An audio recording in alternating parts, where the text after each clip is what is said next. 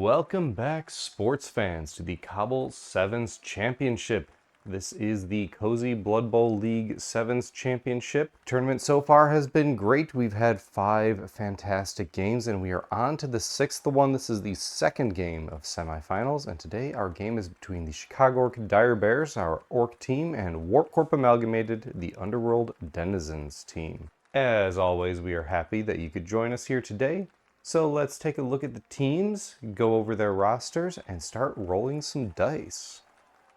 In the blue and orange, we have the Orc team, the Chicagorc Direbears. This is a Orc team consisting of a big end blocker, 2 blitzers, a thrower, and 3 line orcs. Now this team did have enough leftover cash to pick up a reroll, which is massive.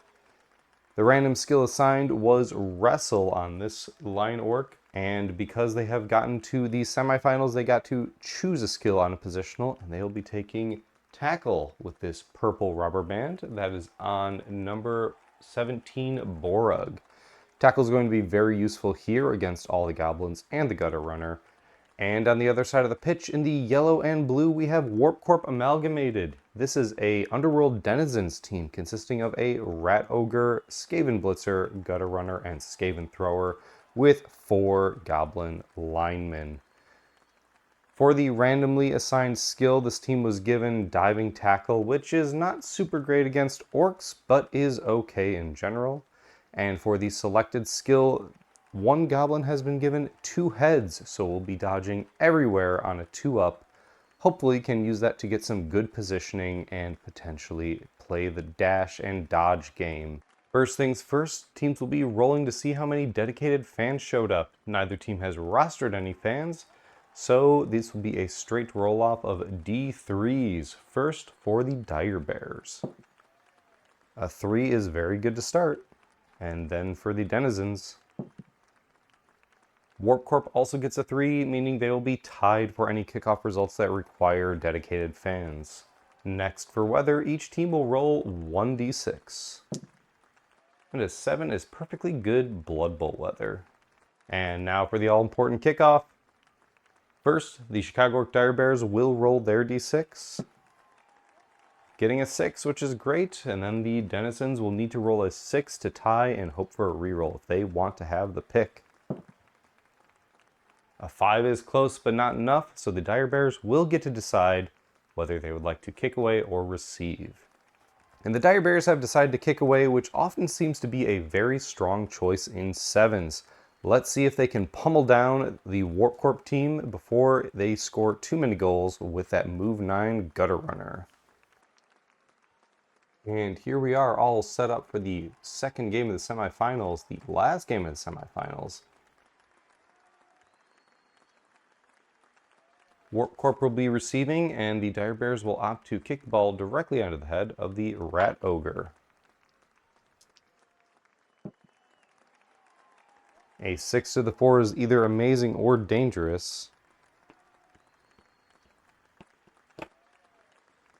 Right up against the Orc line of scrimmage. Now for the kickoff event. A 7 is brilliant coaching. Now the Underworld Denizens team, the Warpcorp Amalgamated team, has rostered a coach, so they will get +1 to this roll-off, and they will roll first. A 4 with the +1 is a 5. And the Direbear team rolls a 2, meaning that the Warpcorp team will receive 1 reroll, tying them up to have 1 on each team. And finally, the ball will bounce. A 2 or 7 will be right up against the Orc team. A 1, 4, or 6 will go to a touchback. An 8 is right towards the middle of no man's land. Very scary to recover. Turn 1 for the Amalgamated team.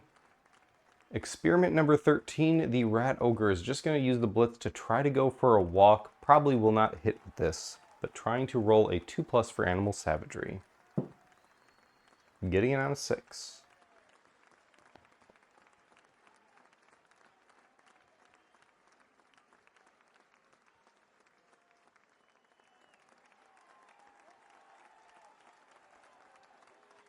Then Mariana the Gutter Runner is going to attempt to pick up the ball.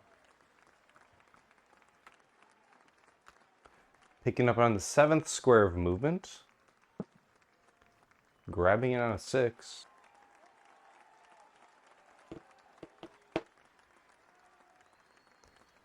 And then stepping right back into the cage.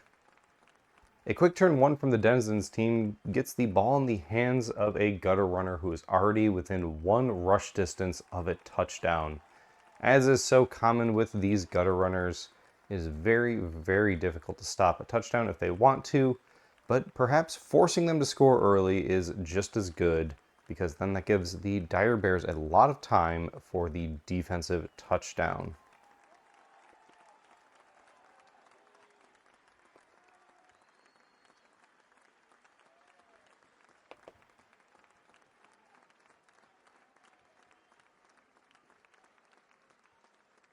And now the blitz is going to come from this blitzer going on to the Skaven blitzer, hitting on the 3rd square of movement to try to get him down and get a body against the gutter runner. 2 dice with the Biggins assist. A both down and a push is a bit difficult given that they both have block. He will take the push and move in, hoping that Biggins support will slow down the blitzer in some capacity.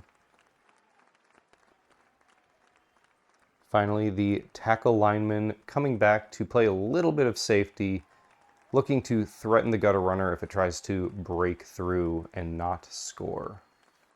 Now, the Denizens have been left in a bit of a predicament, but there's few things that a Rat Ogre blitz won't fix. Experiment number 13, looking to blitz the Orc thrower right here and potentially get a Surf, looking for 2+ on Animal Savagery. A 1 is not all bad.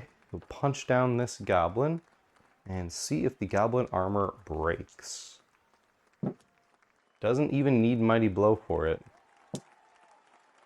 And a 7 is a stunty KO, even without Mighty Blow. That means 1 player will be off the pitch for Warpcorp. Let's see if at least the blitz can even that up. Hitting on the 2nd square of movement for 2 dice. He stumbles into both down is not necessarily what they wanted to see, really hoping to get that Surf. But with Mighty Blow, it's possible this could be a removal as well. But a 6 will only go to 7, so the thrower is not even stunned. And then experiment number 13 will use the final remaining movement to tag that line orc from there.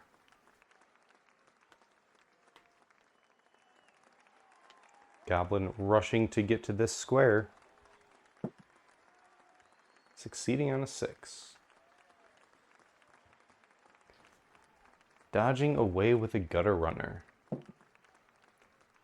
A 1 will fail, but the innate dodge reroll is a 6.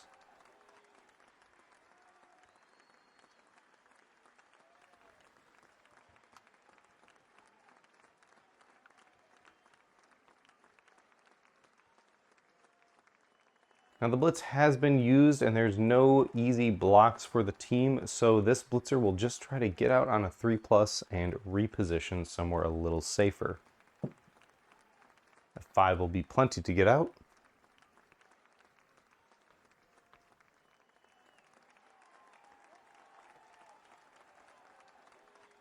Then the Skaven thrower will do the same.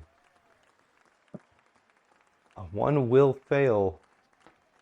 We'll just go down right there. Skaven armor is only 8. Let's see if this thrower pays for his dodging. Does not on a 6. Now Direbears going into their turn 2, they want to either make this quickly score or put enough pressure on the gutter runner that it can't score and maybe fails some of those 2+ dodges. Let's see if they can put enough pressure on to make that a reality.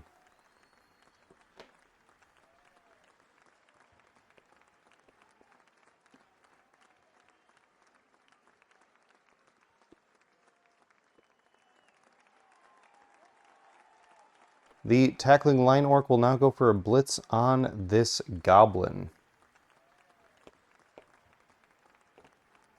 Hitting on the 4th square of movement, 2 dice because the blitzer's tackle zones are taking each other up. Tackle paying off as a skill. And following up to get on the Gutter Runner. Trying to break Goblin Armor of 8. Smashing through it. And trying to break Goblin Spirits. Only getting a stun. And number 11 will become stunned. That is the diving tackle player out for a couple turns.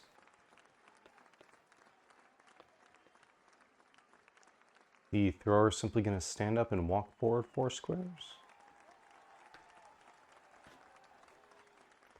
Then the Rat Ogre with no assists going to attempt to take down the Wrestle Line Orc. This will still be 2 dice, but now without a friend nearby for Animal Savagery, it'll just be a raw 2+. Succeeding on a 2, the first hit of Frenzy is a push and both down, taking the push and following up, and taking the second hit of Frenzy. Another push and a both down, once again pushing along the line and following up. Now the Amalgamated team is going to make a bit of a dodgy risk here. Going to dodge the Goblin out here. This is 2 heads, so this is a 2+ rerollable dodge. Getting it on the first one.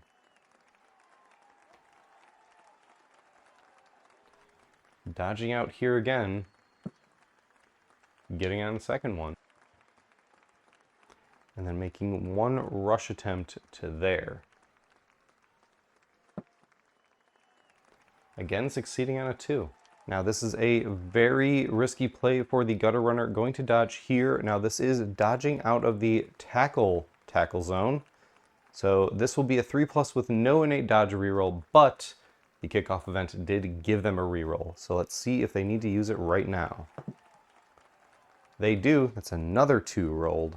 Rerolling the dodge from a team reroll. And getting it on a 3. Now dodging out once again to here. This one a 2+ with the reroll because there's no more tackle. Doesn't need it on a 3.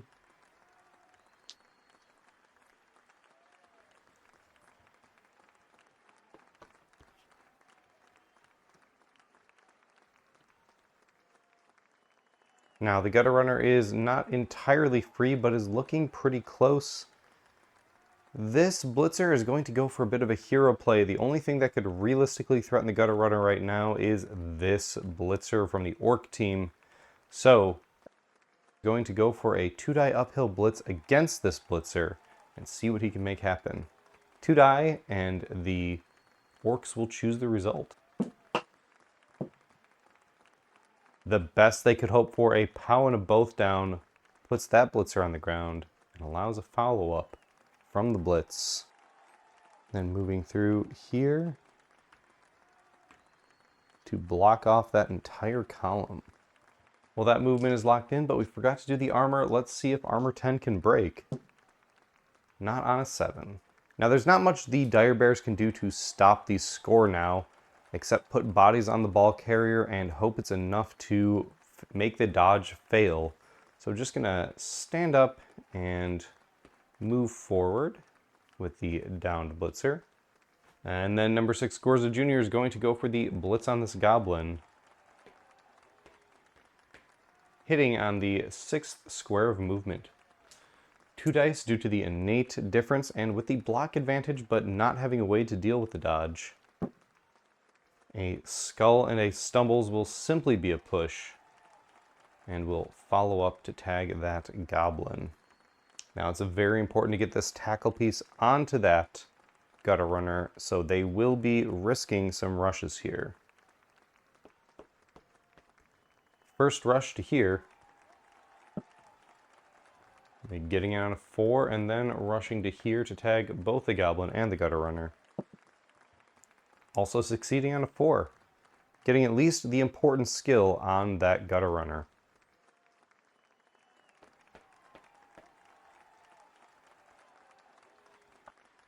Now this Wrestle Line Orc is going to 2-die uphill the Rat Ogre. If he can get at least just a Wrestle both down, a potential foul could be in the future. So here is the 2-die block result. The Underworld's team will get to choose the result of which. Fair play. Another 2-die uphill that results in a double pow. Both teams getting a little lucky. See if they can break armor 9. Naturally doing it on 11. And now number 16, Vret, has the capability to take this Rad Ogre out of the game. Can he do it? An 8 will not stop the thick skull. Will just stun the Rad Ogre. However, the Orcs are going to go for a foul, first bringing around the thrower and then moving to step with the regular line Orc here. A foul with a +2. A 9 will not need the support and is not a double. And then the injury roll. And there you have it, folks. Not a double and a casualty. The Rat Ogre is out for the rest of the match. A massive boon for the Orc team. Warpcorp turn 4. Now there's a lot that could go wrong if they try to do some crazy uphill dicing or anything like that, especially with the tackle tagging both dodge havers. So in this position, rather than risk other dice, Mariana the Gutter Runner is just going to try to dodge out here. This will be a 2+, no reroll since tackle is right on her. This is a 2+, dodge for the touchdown. Oh no! Not only did the Rat Ogre go out, but the Gutter Runner goes down with the ball. Will she pay for it with her life? A 4 will not break Gutter Runner armor. And then the ball will bounce off to direction 8, which is right into the tackle zone of 2 Orcs behind this biggin. And here you see the Direbears did exactly what they needed to do, which was put on pressure and make the Gutter Runner fail a dodge. And sometimes that's all you need.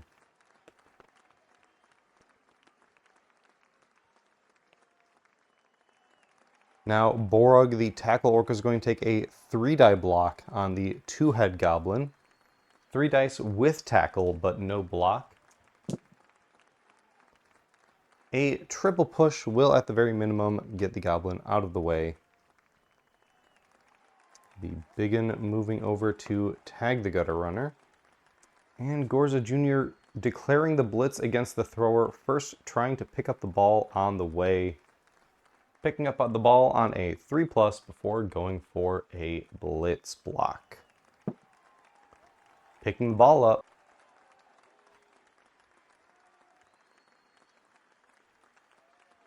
Hitting on the 4th square movement for 2 dice with the block advantage. A POW will be plenty to get that thrower on the ground and follow up for the little bit of movement. Trying to break armor 8, smashing armor 8, and trying to break the Skaven Spirit. A 6 will only stun and only temper the Spirit for a bit. And taking the last 2 squares of movement to get to here. And finally, Crumpo is going to take the 2-die block onto the 2-headed goblin. No tackle this time, but with block. And there's the stumbles, so this player will simply be pushed to the sideline. And some dodges will be forced, though with 2 heads and stunty, those should be pretty reasonable dodges. The tides have turned incredibly quickly for the Warpcorp Amalgamated team, going from a near guaranteed score to whatever this mess is not exactly where the team wants to be nearing the end of the first half. The goblin that's been marooned on the other side is going to stand up and move 3 in, ending up right down here near the bottom of the screen. Mariana is going to try to get whatever interference she can out of this. She'll stand up for 3 and dodge out on a 3+, this time having the dodge reroll. Passing it on a 5, and then looking to dodge out into the open on a 2+. And a 4 will absolutely do it.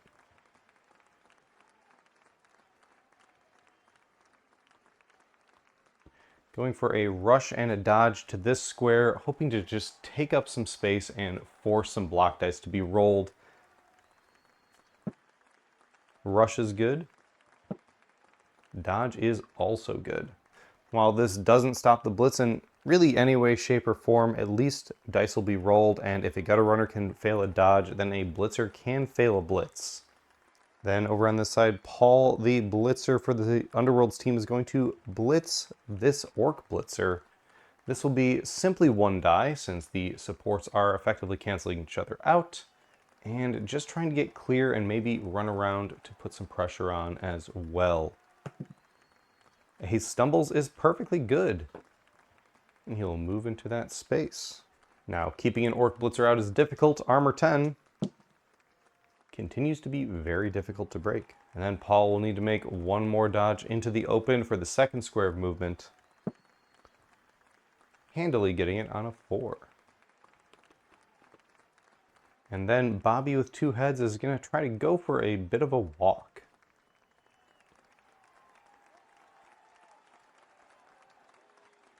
Dodging to here, 2 heads and stunty means this is a 2+ with a reroll. Getting it on a 3. And then finally moving into this square to tag both orcs. Getting it on a 2 with those 2 heads. Direbears, turn 5, they are in scoring range for turn 6 if they desire to be, and part of that is going to be just trying to get through this gutter runner. So first, the players downfield are going to move up and bring some assistance down.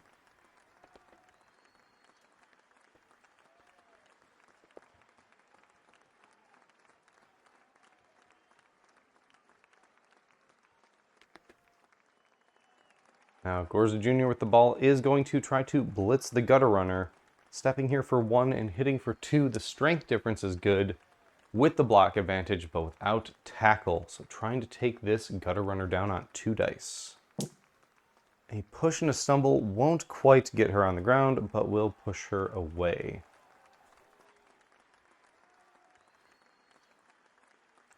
Then moving to there, within spitting distance of the end zone. The Wrestle Line Orc will go for a 2-die block on the Skaven Blitzer. 2 dice, Wrestle somewhat negating block. But nothing negates the POW, putting Paul down on the ground here and following up. Vret looking to break armor 9. A 5 will not quite do it.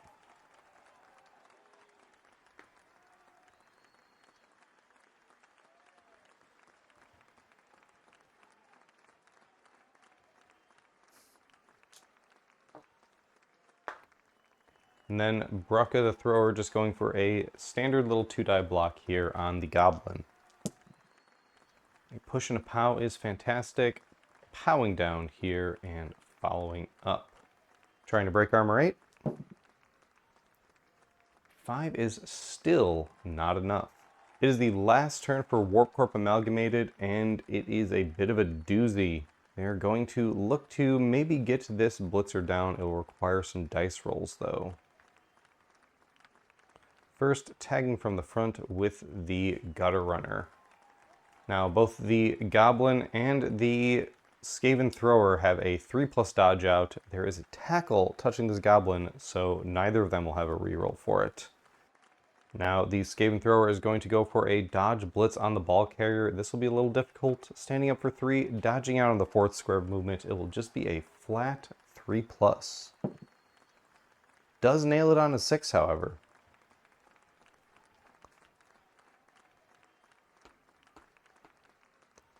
First rush to get to the ball carrier. This will be a 2+.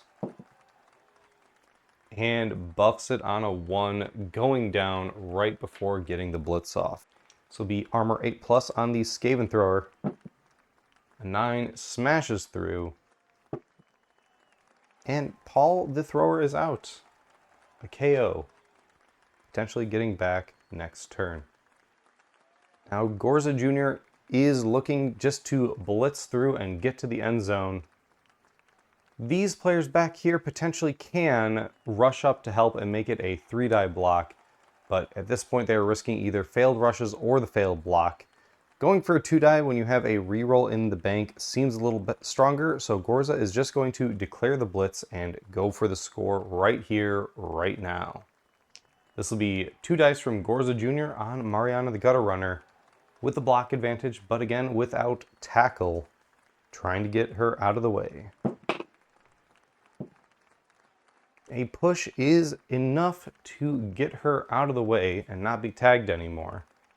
2, 3, 4, 5, 6, and rushing into the end zone. This is a 2+, but there's a banked reroll, which they won't have to use. Gorza Jr. scoring on the turn that they kicked away, which they won't need, and Gorza Jr. scores on the first drive where the Orcs did kick away. A strong first half for the Direbears sees them getting a touchdown on the very last turn of the half, so there will only be one chance for the Warpcorp to get their KOs back. First, looking to get Paul the Thrower back. This will be on a 4+. And a 1 will not cut it. He will be out for the back half of the game. And Brenda the Line Goblin also trying to get in on a 4+. She decides to come back, meaning that there will be 6 players for the Denizens going into the turn where they kick to the Orcs. And folks, here we are set up for the second half.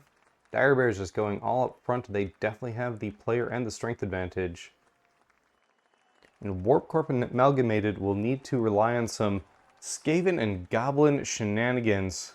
Going to try for a bit of an onside kick, placing the ball here in no man's land. Now this could potentially backfire, but it could make it at least a little bit harder for the Orcs to recover. Kickoff is such. 6 to direction 2. We'll put it right off this edge of the pitch. So it will be a touchback, but first the kickoff event. A 6 is cheering fans. Neither team has a cheerleader, so the prayer to Nuffle roll-off will just be a straight D6 off. First, Warpcorp Amalgamated, getting a 4, and the Chicagorc Direbears getting a 5, also getting to roll on the prayer to Nuffle table. It is a D8 table in 7s, and a 4 is Iron Man, giving a player +1 armor, going to just put that on the thrower, so now all Orcs are armor 10. And then, unsurprisingly perhaps, also giving the ball to the thrower. Direbears don't need to do much more than just march it up the field, and so that they will do.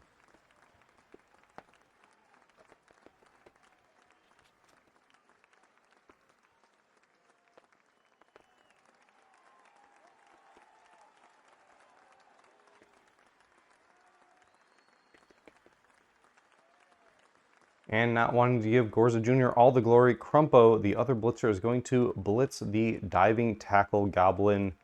This will require a rush at the end for the hit. Rushing to get the blitz off. Getting on a 4. 2 dice, thanks to Goblin Strength 2. A push and a push. We'll simply push her away, and he will follow up to tag both of these goblins right here.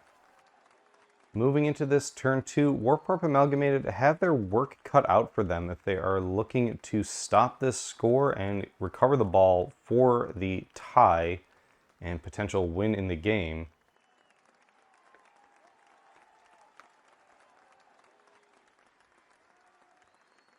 This Line Goblin looking to hit the Orc Blitzer here. 2 dice, thanks to all the goblins who decide to show up.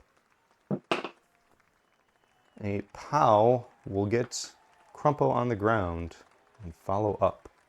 Looking to break Orc Armor 10. Not getting it on a 7 though. Now looking to blitz this Wrestle lineman with the Skaven Blitzer.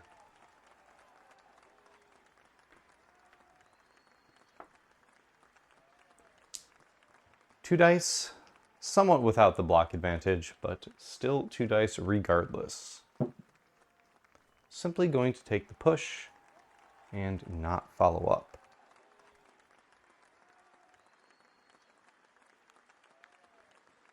And now Babs, the diving tackle goblin, is going to try to foul with +3 assist, just trying to get some amount of body equalization here, as they're currently down a player. That will break. Thanks to the assist, the armor is down, and now the injury roll. An 8 will KO even an orc. And notably, Babs is not sent off, equalizing the number of players on the field, though perhaps not the strength, since 4 of those players are goblins. Now in the Direbears position, they have a massive advantage. Even if they score early here in this half, they'll be up 2-0, and it'll be very hard to get 2 touchdowns, but not impossible for a gutter runner. So they may look to just slow things down and honestly just look for some more casualties to make even any potential touchdowns even that much harder. So first, Gorza, being the hero so far, going to blitz this goblin, as the ball is currently quite safe. Hitting on the 3rd square of movement for 2 dice with the block advantage. Stumbles will not be enough, but will push into here, where a bunch more players will get to block. First, the Wrestle Line Orc going to hit here, looking for 3 dice this time. Getting the POW and putting him in the only square that really makes sense. Trying to break that armor 8. A 10 smashes goblin armor. And trying to remove the goblin from the game. An 8 will be a KO even for non-stunties. But that 2 heads is out of here for 1 more drive at the very least. Now the orcs have basically all the time in the world to simply move up and get a good position with their players.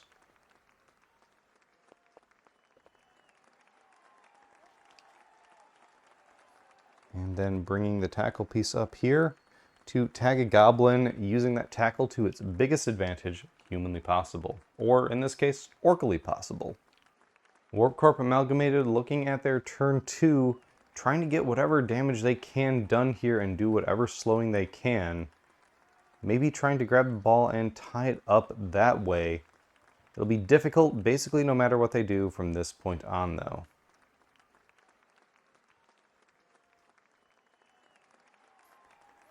The Blitzer going for a blitz on this regular line orc, moving up and hitting on the 2nd square of movement. A double POW will do everything it needs to get that orc against the sideline and follow up. Orc armor 10 is not broken. And then simply moving here to tag the ball carrier. And now comes everyone's least favorite time with stunty players. It's time to simply sacrifice some players and make it a little more difficult for everyone to get out. And dodging to here with stunty dodge. Getting it on the first one. And finally, this goblin trying to dodge away from tackle. It will be a little bit harder on this first one, but if she can get in a good place, that will help the team quite a bit. Succeeding on a 5, even with the tackle disadvantage. Dodging to here. Getting it on a 6 and dodging to here. Getting it on a 3 with stunty and dodging to here. Getting it on a 4. Getting a 2-on-1 defense against the thrower will be quite useful basically no matter what. Warpcorp Amalgamated has increased the pressure against the Direbears. They're going to have to make some precise movements here if they want to get everybody out and get a score relatively reliably here in the second half. Now they don't have to score, they just have to prevent the Denizens from getting the ball and getting a score of their own, but even that might be a little bit difficult. Now they don't have to score here, they simply need to stop the Denizens team from getting a score of their own, which is not impossible, but also not guaranteed. That was about as good of a turn as the Denizens could have hoped for. Warpcorp Amalgamated still putting the pressure on and still knowing that they can potentially score if that gutter runner gets their hands on the ball. Standing up this player to not get fouled and to tag up the gutter runner. Gorza Jr. taking the 2-die block on this goblin with the block advantage but without tackle. Not needing it when you just roll POWs. And will follow up. Trying to break goblin armor again. Smashing through it on a 9. Will this be another removal for the half? 7 is a stunty KO. Kren to the Biggin is just going to go for a block on this goblin. 2 dice with the power of being very large. But without tackle, that will simply be a push and a follow-up. That gives room for the tackle line orc to come around and tag the blitzer. Tackle not being needed there, but the support being needed for this wrestle blitz against the Skaven blitzer. 2 dice against Stevie the blitzer. Both down in a POW, both are definitely fine.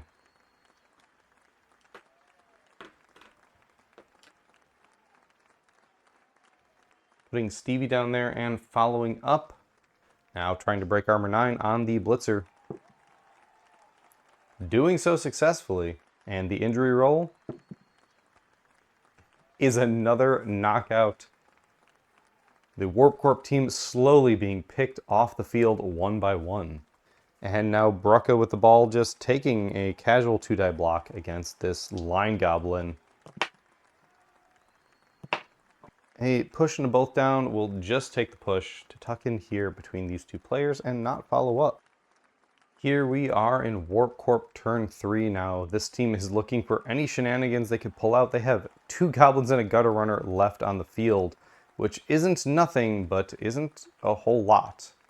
Going to need some very tricky dodges and some very lucky dice, but it is always possible when you have stunty dodge and a gutter runner. So first, dodging out with this line goblin, looking for a 3, getting on a 4.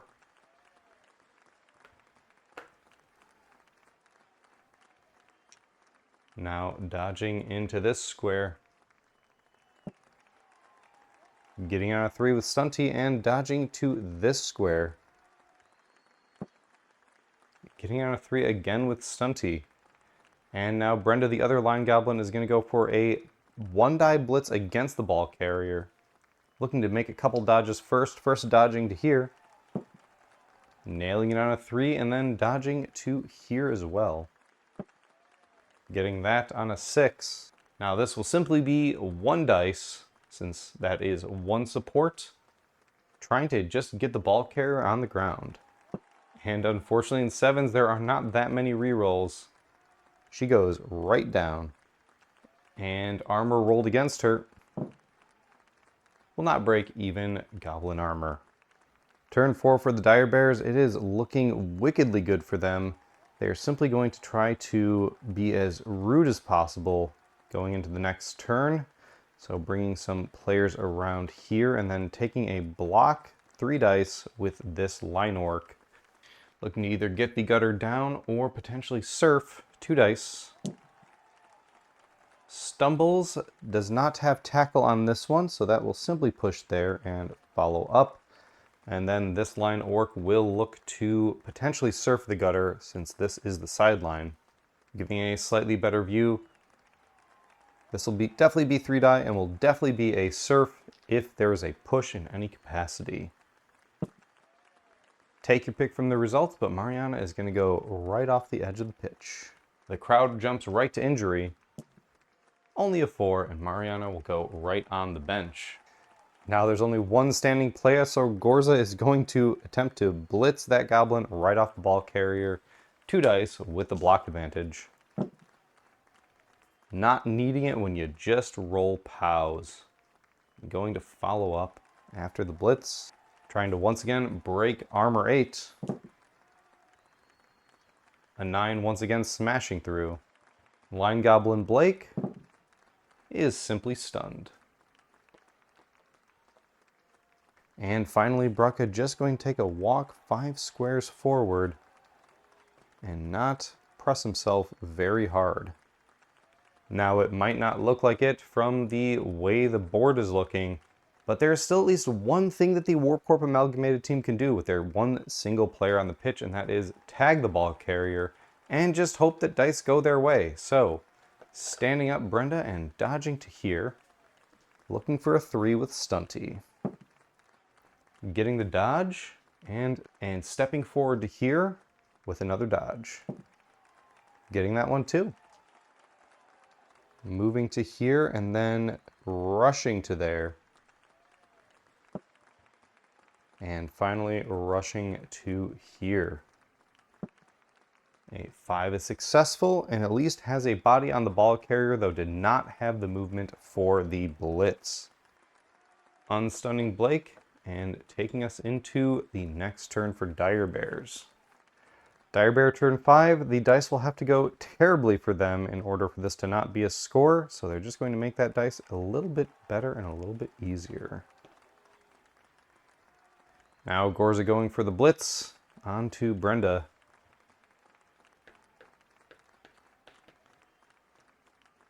Blitzing on the 6th square of movement, 3 dice with all the assists. A push and 2 skulls is enough to get her off the ball carrier. However, it is pretty late in the game, and honestly, the game is fairly on lock at this point. So they're going to use the team reroll and try to get a casualty. Once again, looking for 3 dice. This time the pair of skulls replaced with a pair of pows, putting her on the ground and following up. That'll be armor 8+. Not broken on a 6.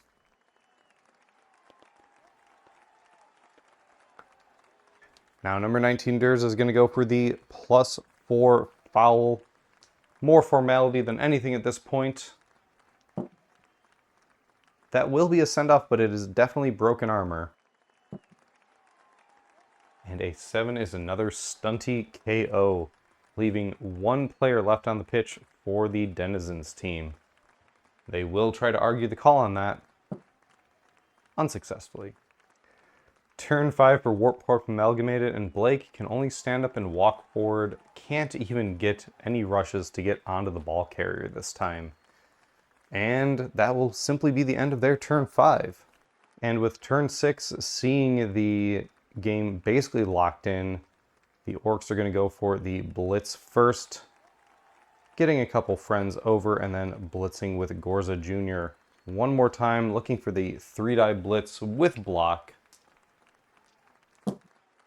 Block paying off dividends, and the both down, putting Blake on the ground again, trying to break armor 8. A 10 is there for it.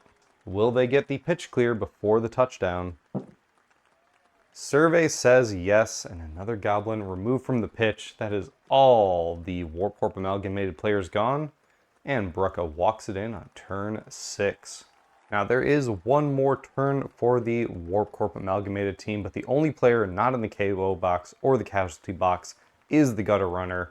And while we always say that as long as there's a gutter runner, there's a hope, even the best gutter runner in the game cannot score 2 touchdowns in 1 turn, so Warpcorp Amalgamated will concede the final turn of the game, meaning that the Chicagorc Direbears get a convincing 2-0 victory, perhaps the most one-sided game we've had in these 7 championship so far. And with that, we will give a hearty congratulations to the Chicagorc Direbears, our final finalist for the CoBBL 7's championship. They will be going to face the other winner of the semifinals match. If you haven't seen the semifinals game 1, please go watch it. And in a second, we will just reveal who won that match.